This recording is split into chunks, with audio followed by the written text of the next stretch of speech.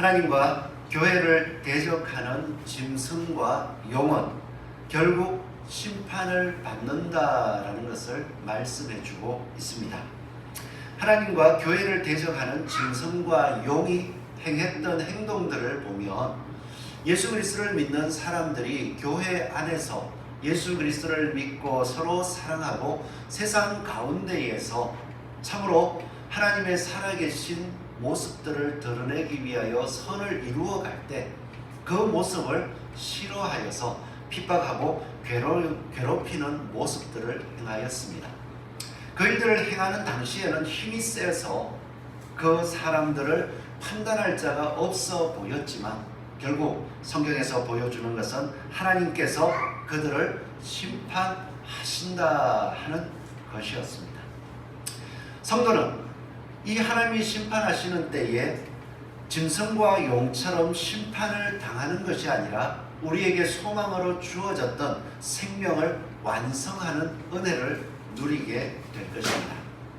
우리가 이러한 부분들을 생각해 보면요, 이렇게 좀 간단하게 정리를 해볼 수 있습니다.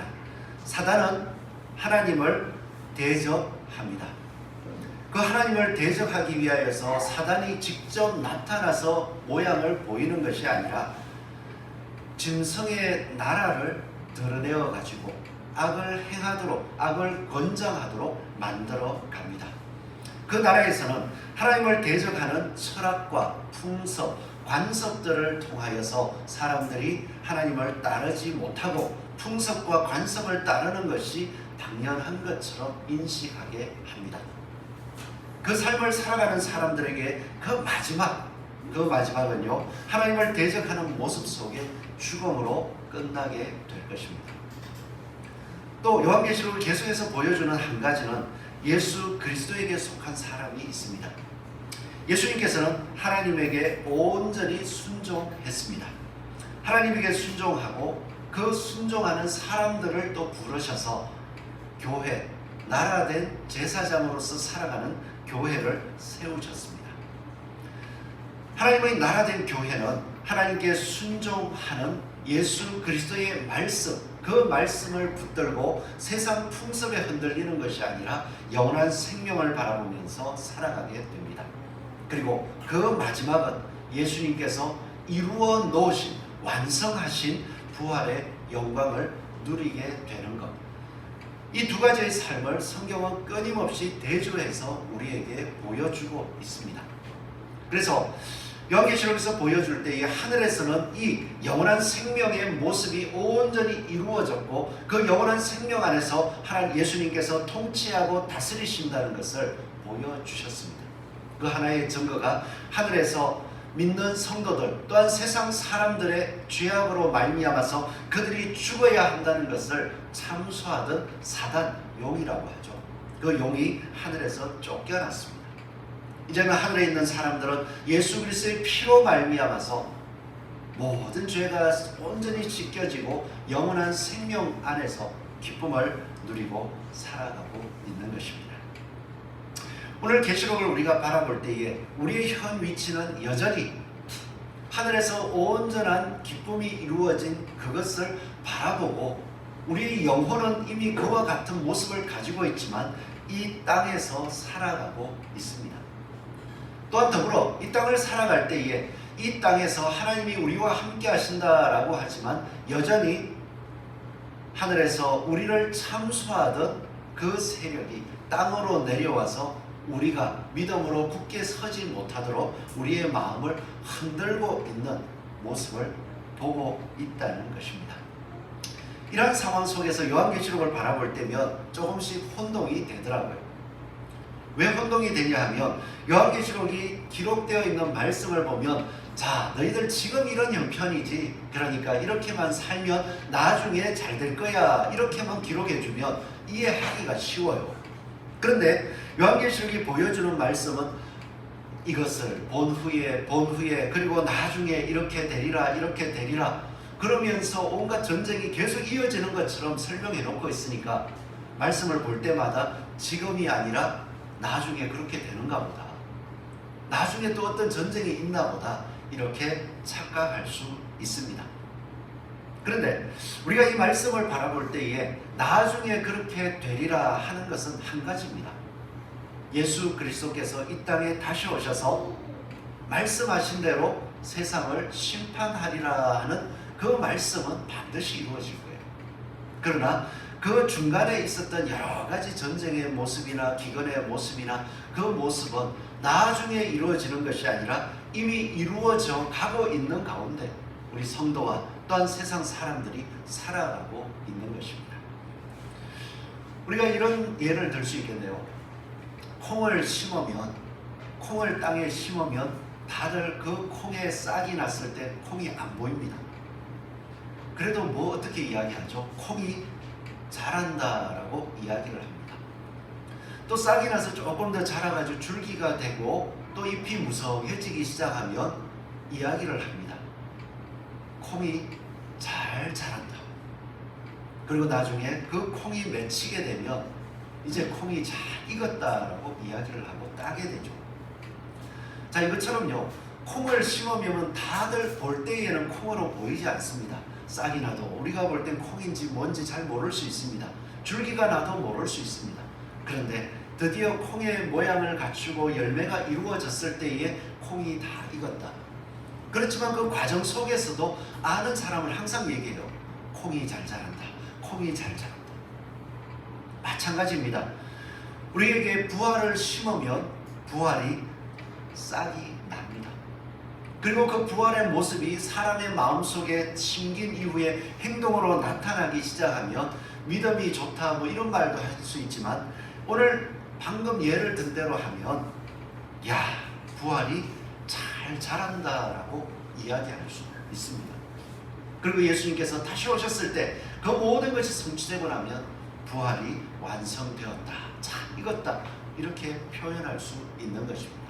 그러기에 요한계시록이 기록된 것은 우리의 죽음 이후에라도 마땅히 이루어질 일이 어떠한 것을 보여주면서 너희가 지금 아직은 세상 가운데서 살아가지만 이미 이루신 하나님의 왕되신 예수 그리스도의 왕되심을 믿고 너희들이 그 권세 안에서 살아가고 있다라고 거듭 말씀해 주시는 것입니다.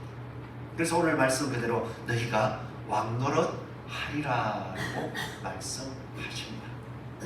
이 말씀을 볼 때에 우리가 하루하루 살아가는 삶 자체가 왕노릇하는 삶입니다.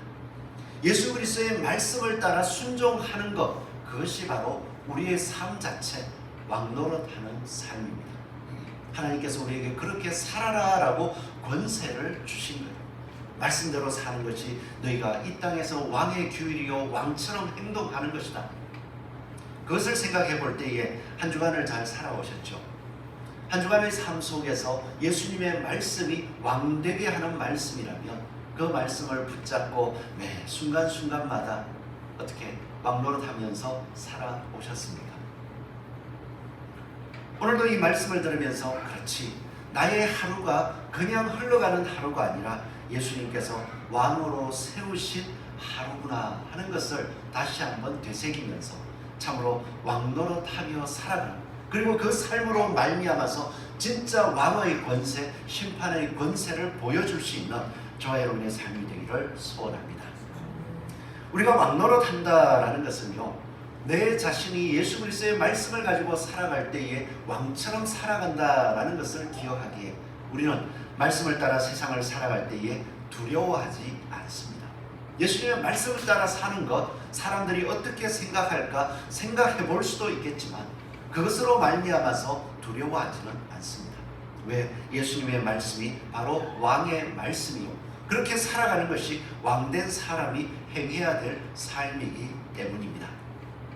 왜 우리가 두려워하지 않느냐? 예수님께서는 이미 왕된 삶의 모습을 우리에게 계시록을 통하여서 보여주는데 1절 이하의 말씀을 보니까 이렇게 기록해 놓았습니다. 또 내가 보매 천사가 무저갱의 열쇠와, 누가 무저갱의 열쇠를 가졌습니까? 천사가. 이 천사는 그냥 천사가 아니라 하나님의 일을 대행하는 천사입니다. 그렇다는 이야기는 하나님께서 무저갱의 열쇠를 가졌다, 하나님께서 다스리신다 하는 말씀이죠. 그 무저갱의 열쇠와 큰 쇠사슬을 그의 손에 가지고 하늘로부터 내려와서 용을 잡으니, 이 용이 무엇이냐? 곧 옛뱀이요 마귀요 사단이라. 잡아서 1000년 동안 결박하여 무저갱에 던져놓고 그 위에 임봉하여 1000년이 차도록 다시는 만국을 미혹하지 못하게 하였다라고 말씀합니다. 오늘 말씀 가운데에서 무저갱이라는 단어가 곧잘 나오죠. 이 무저갱은 어디일까요? 저 땅속 깊은 곳에 어떤 공간이 있어서 거기에 죽은 영혼들이 다 모여 있는 걸까요? 무저갱의 열쇠와 큰 쇠사슬을 손에 가지고 하늘에서 내려와가 용을 잡았다. 이 무저갱이라는 단어가 계시록 9장 1절에도 나오는데요. 다섯째 천사가 나팔을 불매 내가 보니 하늘에서 땅에 떨어진 별 하나가 있는데 그가 무저갱의 열쇠를 받았더라.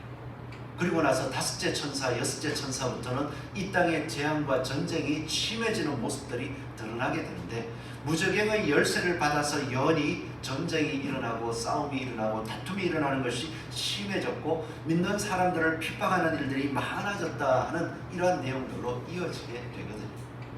사단이 9장에서 무저갱의 열쇠를 받아서 열었고, 또 오늘 20장 말씀에서는 천사가 무저갱의 열쇠를 가져와서 결박했다라는 내용이 같이 이어서 보게 되면 충돌이 일어납니다. 그래서 이 말씀을 곰곰이 연구하던 신학자들은 이렇게 해석을 하기도 합니다. 어떤 해석이냐 하면, 이 무저갱은 어떠한 장소가 아니라 우리가 살아가는 이 지상 자체를 사단의 입장에서 보자면 무저갱이라고 할 수 있다. 왜냐하면 하늘에서 쫓겨났고 사단의 거처가 이제는 땅이 되었습니다. 그리고 하나님께서 정해놓은 공간 속에서 세력을, 힘을 발휘할 수 있게 된 것입니다. 또 이 반대로 땅에 사단이 거처를 정했다라고 하면서 제한된 장소를 얘기했듯이 천사가 내려와서 사단을 결박했다 하는 것은 이 땅 가운데에서도 자기 마음대로 하지 못하고 하나님의 권세 아래 묶여있는 모습을 보여주기도 한다는 것입니다. 그래서 이 무저갱을 이야기할 때에 막연하게 어디 가는 곳이 있다가 아니라 사단이 힘을 발휘하는 곳, 그것으로 생각한다면 이 세상 자체, 세상이 이렇게 악해져가는 모습들을 볼 때에 한없이 악해질 거야 생각할 수 있지만요, 또 생각보다 악해지지 않더라고요. 하나님께서 여전히 믿는 자들을 통하여서 붙잡고 있기 때문입니다. 이 말씀 자체를 볼 때에도 우리가 믿음으로 살아갈 때에 우리가 믿음으로 걸어가는 길들을 대적하는 모습들이 많이 있을 거야 하고 두려움을 줄 수 있지만, 오늘 말씀을 보면 어떻습니까? 우리를 이미 이기게 하여 주시는 분, 우리가 이길 수 있도록 붙들어 주시는 분, 우리는 그분과 같은 권세를 가지고서 이 땅을 살아간다는 것입니다. 그러하기에 예수 그리스도의 말씀을 따라 한 걸음씩 전진할 때에 사람들이 그 모습을 싫어하는 것, 또한 사람들이 그 믿음의 삶을 걸어가는 모습을 방해하는 것 두려워하지 마시고 하나님께서 붙잡고 계시다는 것, 그 믿음으로 승리할 수 있기를 소원합니다. 또 장소적인 것을 바라볼 때엔 하나님께서 붙잡고 계십니다. 그리고 더 나아가서요, 하나님께서는 용이라고 하는 존재, 그리고 이 용이 무엇이냐, 옛뱀이라고도 하고 마귀라고 하고 사탄이라는 존재를 이미 심판하셨다. 하늘에서 죄악을 참수하던 그 용을 심판하셔서 땅으로 내던지셨다. 그렇게 말씀해주고 있습니다. 근데 우리가 용이라고 생각할 때에 사도 요한은요, 이 용을 옛뱀이다라고 2절에서 말씀합니다. 용을 잡았는데 잡고 보니 옛뱀이다. 옛뱀이라고 하면 우리가 성경을 읽을 때 연상되는 존재가 있습니다. 옛뱀, 언제 처음 등장합니까? 창세기 3장에 보면 아담과 하와를 타락시켰던 존재가 뱀의 모습으로 나타났습니다. 그리고는 하나님과 교제하며 영원한 생명으로 나아가던 아담과 하와에게 말씀을 살짝 비틀어 가지고 유혹해서 선과 악을 알게 하는 나무, 죽음으로 그 명령을 어기면 죽음에 이르게 되는 그 나무의 열매를 먹게 만들었고요. 그리고 결국 죽음의 존재가 되게 했습니다.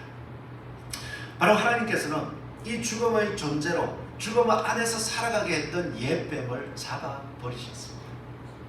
이 말씀은요, 우리가 생각할 때에 간단히 생각하면 처음 말씀드렸던 것처럼 사단이 잡혔다.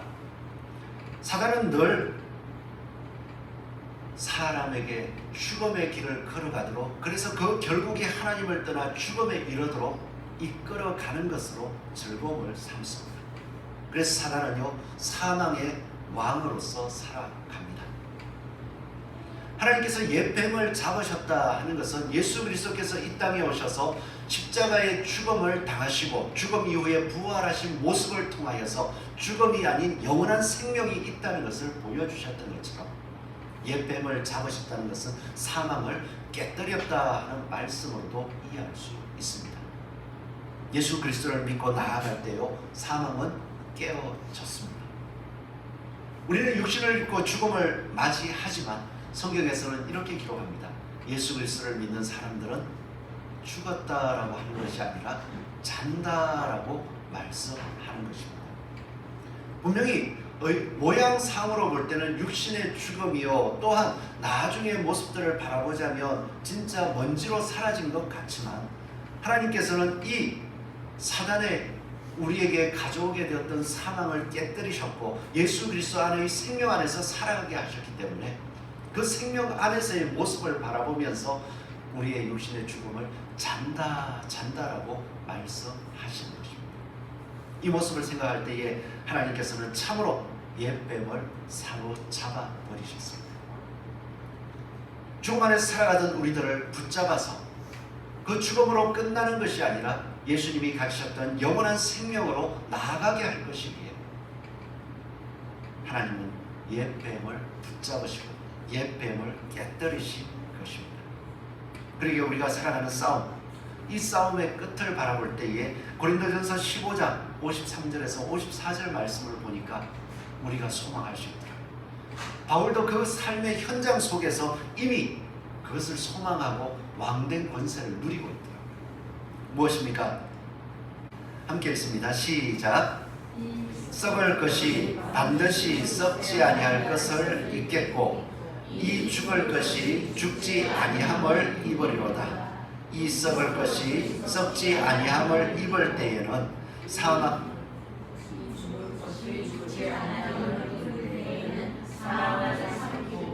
이기리라고 기록된 말씀이 이루어지리라. 이해가 되시죠? 이 육신은 썩어 없어질 것입니다. 누구나 알고 있는 사실이에요. 그렇지만 말씀이 우리에게 주시는 것은 이 썩을 것이 썩지 아니할 것을 잊겠고 옛 뱀을 잡으셨고 사망을 깨뜨리셨고 이 죽을 것이 죽지 아니함을 입을 때에 사망을 이기리라 기록된 말씀이 이루어진다는 것입니다. 예수님을 통해 이미 이루어졌습니다. 우리가 그 믿음을 가지고 나아갈 때에 그 믿음에 보여주는 결말, 예수님의 부활이 반드시 우리에게 이루어지는 것입니다. 그래서 이 땅에 살아갈 때에 여러 가지 두려움이 있고 또 믿음 안에 살아가는 우리에게 연약함이 보일지라도 두려워하지 마십시오. 예수님께서 이루셨습니다. 예수님께서 이루신 그 생명을 예수 그리스도를 믿는 한 사람 한 사람 그 입으로 고백하고 예수 그리스도를 따라 살기를 원하는 사람들에게 그 생명을 반드시 주실 것입니다. 그리고 두 번째로 우리가 왕노릇하며 살아가는 것은 우리 삶 자체가 부활의 삶이라는 것을 잊지 않는 것입니다. 오늘 계속되는 말씀을 보니까요, 4절 말씀입니다. 또 내가 보좌들을 보니 거기에 앉은 자들이 있어 심판하는 권세를 받았더라. 보좌들이라고 했습니다. 그 보좌들을 보니 거기에 앉은 자들이 있어 심판하는 권세를 받았더라. 거기에 앉은 자들이 있습니다. 이 보좌들은 무엇이고 앉은 자들은 누구일까요? 그 뒤에 이어지는 말씀을 보니까 또 내가 보니 예수를 증언함과 하나님의 말씀 때문에 목배임을 당한 자들의 영혼들과 또 짐승과 그의 우상에게 경배하지 아니하고 그들의 이마와 손에 그의 표를 받지 아니한 자들, 삶이라고 말씀해 주고 있거든요. 우리가 이 말씀들을 이어서 생각해 보면 보좌들이라는 것은 바로 예수 그리스도를 믿고 그 믿음을 따라 죽기까지 충성한 사람들이 앉는 곳이고, 또 말씀을 예수 그리스도의 말씀을 따라서 죽기까지 충성했기에 그 충성된 삶으로 그 삶을 보고 핍박했던 사람들에게 옳은 것이 무엇인지를 마지막에는 보여주게 되는 삶, 그것을 가지고서 심판하는 권세다라고 말씀해주고 있는 것입니다. 그렇다면 이 보좌에 앉는 사람들은 누구입니까? 이미 이긴 사람들입니다. 또 더 나아가서는 지금 말씀을 따라 이기고 있는 그 삶 자체도 주님께서 다시 오시는 그때의 보좌에 앉는 삶이 될 것입니다. 그러하게 우리가 걸어가는 삶들 자체가 바로 왕된 심판하는 권세를 가진 삶이라는 것을 기억하시고, 늘 예수 그리스도께서 말씀해 주신 그 부활의 영광을 드러내기 위하여 힘쓰고 그 말씀을 이루기 위해 당당하게 살아가는 저와 여러분 되시기를 소원합니다. 그러면 첫째 부활, 이 말은 뭔가 다시 살아난다는 얘기잖아요. 혹시 죽으신 적이 있으십니까? 첫째 부활이라고 했으니까 죽었던 사람이 살아나야 첫째 부활이라는 단어가 되겠죠. 그렇다면 육신적으로 생명이 끊겨진 사람이 다시 죽었다가 살아나는 일이 있는 것, 그게 첫째 부활일까요? 예수님께서 니고데모라는 공회원과 대화를 나눈 적이 있습니다. 거듭나야 하리라 라는 말씀을 예수님이 니고데모에게 전해줬어요. 그랬더니 거듭난다, 다시 태어나야 된다 이렇게 전해주니까 니고데모가 생각하기를, 그러면은 어머니의 뱃속에 다시 들어갔다 나와야겠습니까? 그렇게 생각하더라고요. 그러나 예수님께서 말씀하신 거듭난다라는 말은 육신적으로 다시 태어난다가 아니라 바로 하늘로부터, 위로부터 태어나는 것을 가리켜서 거듭난다라고 말씀했습니다. 그 이야기는 하나님을 떠나서 살아가고 죄악 가운데 갇혀있는 사람들은 육신적으로 살아있는 것 같으나 하나님 앞에서 영원한 생명이 아닌 영원한 심판 가운데, 죽음 가운데 살아가는 사람이다 하는 것을 말씀해 주는 것입니다. 그러기에 눈으로 볼 때 살아있어도 살아있는 것이 아니라 하나님의 영원한 생명과 끊어져서 살아가기에 영원한 죽음 가운데서 지금 살아가고 있다는 것을 말씀합니다.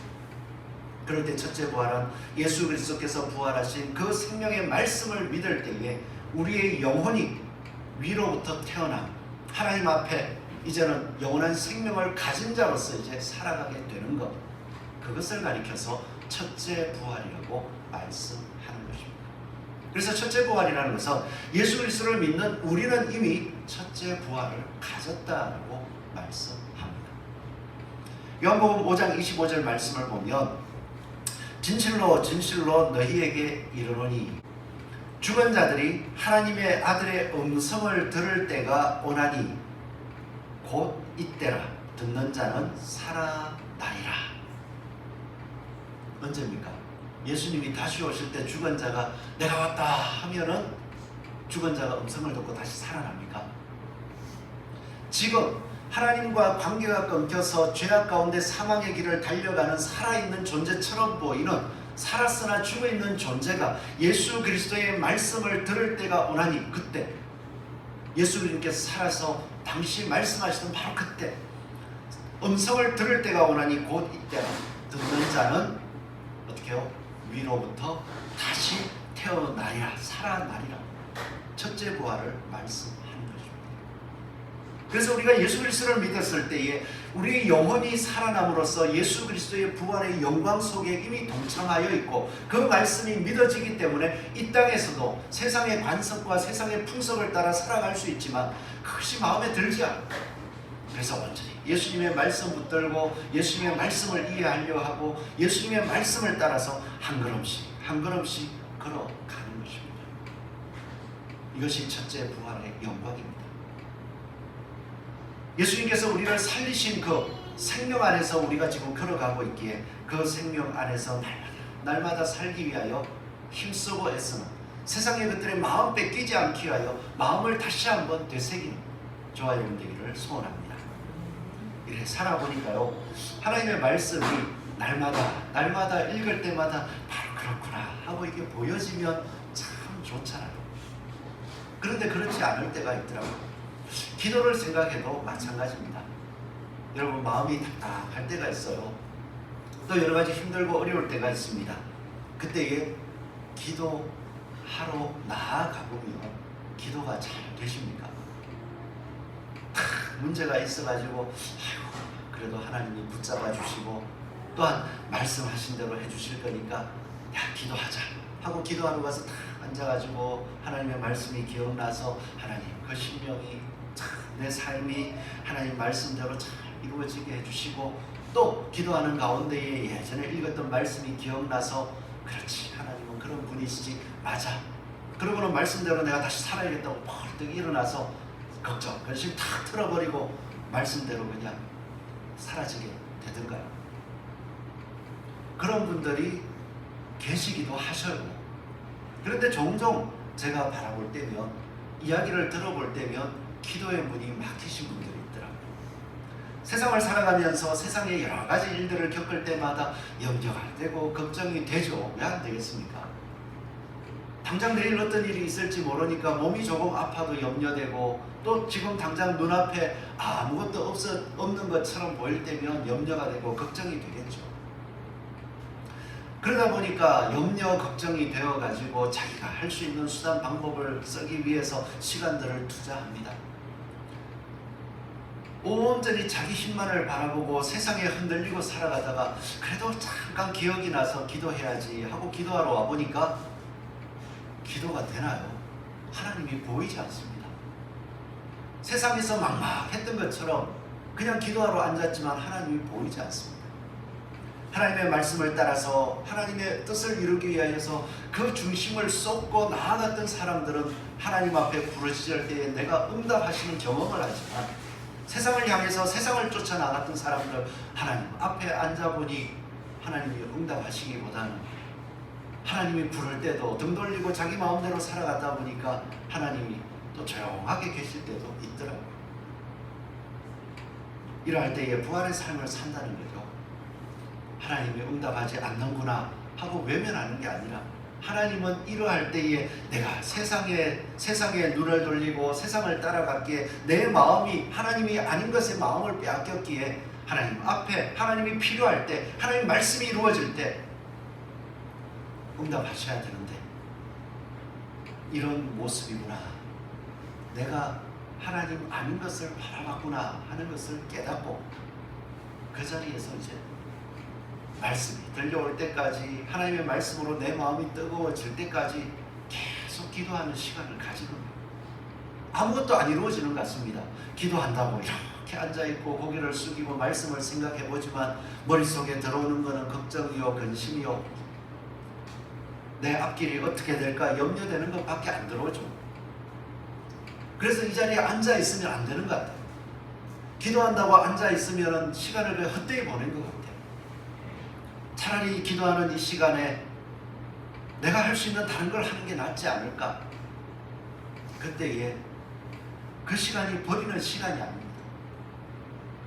내 영혼이 하나님 앞에 서기 위하여서 세상의 여러 가지 것들에 쏟겨있던 마음들을 조용히 끊어내는 시간이요, 또한 그것이 끊겨져 가는 가운데에 하나님께서 주시는 생명의 길이 무엇인지를 보게 되는 시간이요, 내가 이 여러 가지 삶들 속에서 이 하나님께서 주신 영원한 생명이 무엇인지를 보지 못해왔다는 것을 깨닫고, 또한 그 생명이 너무나도 귀하다는 기쁨에 취할 수 있는 시간이 낭비하는 시간 같은 기도하는 그 시간입니다. 그러기에 우리가 생명의 삶을 살아간다라고 할 때에 늘 기도하기에, 하나님과 소통함에, 하나님과 늘 가까이 있음을 느끼고, 말씀을 볼 때나 기도할 때나 삶 속에서 하나님이 기뻐하시는 일들이 무엇인지를 놓치지 않고 보여질 수 있게 기도하는 저와 여러분이 되시기를 소원합니다. 그 삶을 살아가면요, 그 살아가는 삶을 통하여서 하나님께서는 생명을 드러내고 또한 심판의 역사를 이루어 가시더라고요. 예수님께서는 요한복음 3장 18절에 이렇게 말씀하셨습니다. 그를 믿는 자는 심판을 받지 아니하는 것이요 믿지 아니하는 자는 하나님의 독생자의 이름을 믿지 아니함으로 벌써 심판을 받은 것입니다. 이미 죄악 가운데 살아갈 때에 아니다, 그 삶이 아니다, 영원한 생명이 있다, 올바른 것이 있다라는 것을 예수님이 보여주셨어요. 보여주셨음에도 불구하고 내가 지금까지 살아온 게 맞아라고 하면서 내가 사는 길을 그냥 걸어갈 거야 하는 것은 이미 심판을 받은 것이요. 그러나 지금까지 살아왔던 삶을 예수 그리스도의 삶을 통하여서 깨닫고 그 예수 그리스도의 이름을 믿으면 그 사람은 심판을 받지 아니하는 것이요라고 말씀합니다. 또 예수님께서는 이런 말씀을 하셨습니다. 요한복음 12장 47절에 48절 말씀인데요. 사람이 내 말을 듣고 지키지 아니할지라도 내가 그를 심판하지 아니하노라. 지금 살아가는 삶 속에서 내 말을 듣고 지키지 아니할지라도 내가 그를 심판하지 아니한답니다. 지금도 이 땅에 살아갈 때에 하나님이 심판하는 걸 잘 모르시죠. 그런데 계속 말씀하시기를 내가 온 것은 세상을 심판하려 함이 아니요 세상을 구원하려 함이로다. 말씀을 전해서 믿지 아니하면 당장 심판하는 것이 아니라 생명의 말씀을 보여줘서 한 사람이라도 믿음의 길로 들어오도록 지금은 구원의 때로 열어놓았다. 그런데 나를 저버리고 내 말을 받지 아니하는 자를 심판할 이가 있으니 곧 내가 한 그 말이, 예수님께서 하신 이 땅에서 주신 그 말이 마지막 날에 그 사람을 심판하리라라고 말씀합니다. 그렇게 지금 우리에게 주어진 예수 그리스도의 말씀은 우리가 붙잡았을 땐 영원한 생명이 되지만 주어지는 그 말씀이 보고도 믿지 아니할 때는 이미 심판으로 가고 있음을 드러낸다는 것입니다. 그 사람이 사망에 속했다는 것을 드러낸다는 것입니다. 그러기에 우리 날마다의 삶 속에서 지금은 구원의 때임을 믿으시기 바랍니다. 하나님께서 그 말씀으로 심판하시기를 작정했지만 지금 한 사람이라도 더 살리시기를 원하시는, 한 사람이라도 더 예수 그리스도를 보고 예수 그리스도를 알고 생명의 자리에 나오도록 우리에게도 은혜를 주시고 또한 우리의 모습을 통하여서 생명을 보여주라고 계속 말씀하십니다. 오늘 시간 나에게 이 영원한 생명이 주어졌음을 기뻐할 수 있기를 바랍니다. 다른 거 아니잖아. 예수 그리스도께서 그 생명을 이루셨다는 것을 믿을 때에 내 삶 속에 그 기쁨이 자리 잡습니다.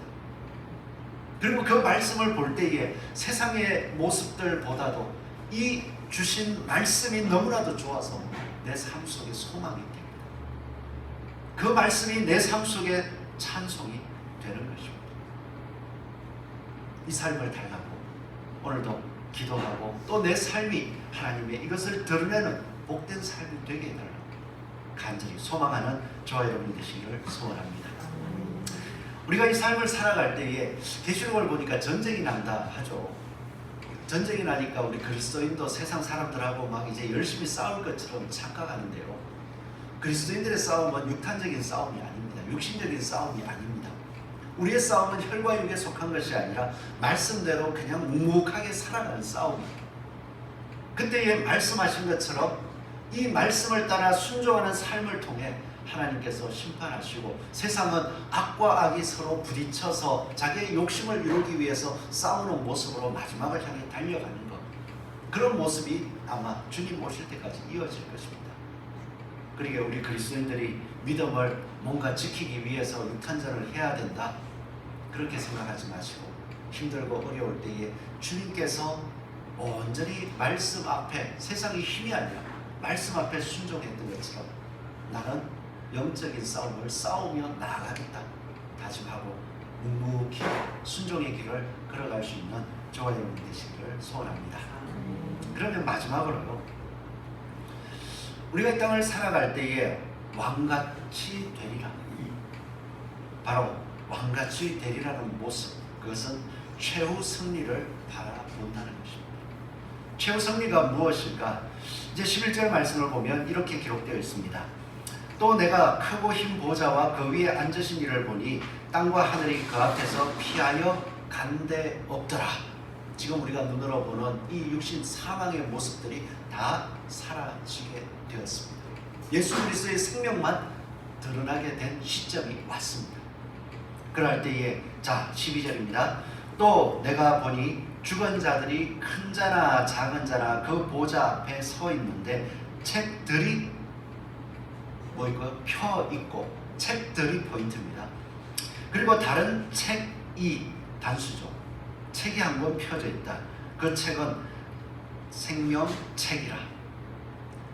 단수로 표현된 책이 펴졌다 하는 것은 생명책이 펴졌어요. 생명책은 여러 개일 수 필요가 없습니다.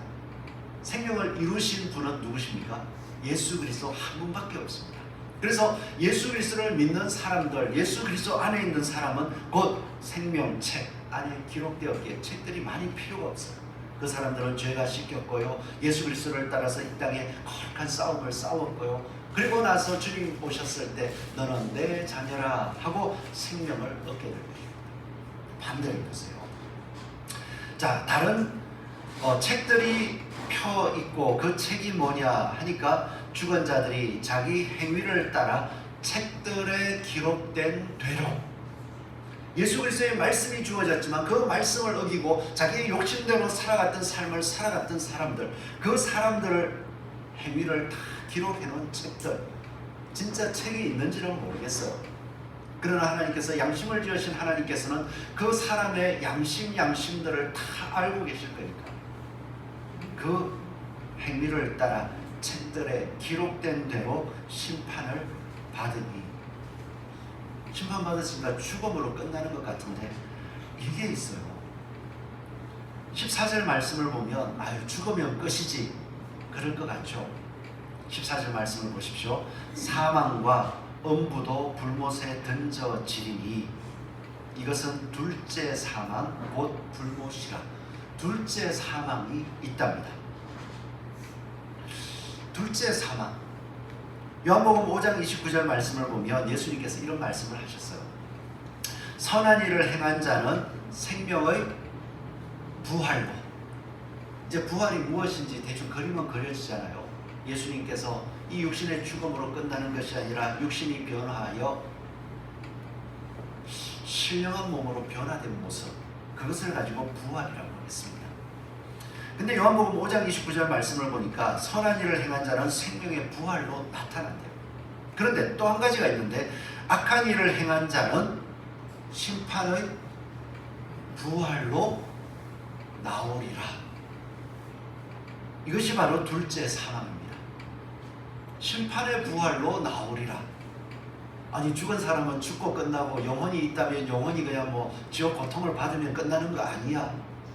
그게 아니라 죽었던 영혼들이 다시 살아나서 하나님 앞에 행위대로 기록된 그 말씀을 따라 심판을 받되 살아서 영원한 고통을 받는 것, 그것이 둘째 사망이라고 합니다. 예수님께서는 이 사실을 아시기에 그 죽음으로 가는 사람들을 건지기 위하여 이 땅에 사람으로 태어나셨고, 그리고 영원한 하나님의 말씀을 따라 온전히 순종하면서 둘째 사망에 이르지 아니하도록 그 첫째 부활의 영광을 맛보도록 이 땅에서 모든 일을 행하셨습니다. 이제 들으셨잖아요. 이제 들으셨을 때에 이것이 진짜 이미 이루어진 사실이에요. 말씀된 대로 사실이라면 믿으시겠습니까? 받아들이시겠습니까? 그렇지 아니할 때 오늘 말씀이 보여주는 그대로 이 말씀을 받지 아니하는 자는 심판에, 둘째 사망에, 불못에, 그리고 심판의 부활로 나오게 된다고 말씀합니다. 우리가 그런 사람들을 바라볼 수 있기를 바랍니다. 이 마음을 가슴에 품는다면요, 우리가 세상 사람들, 믿지 아니하는 사람들에게 어떻게 하겠습니까?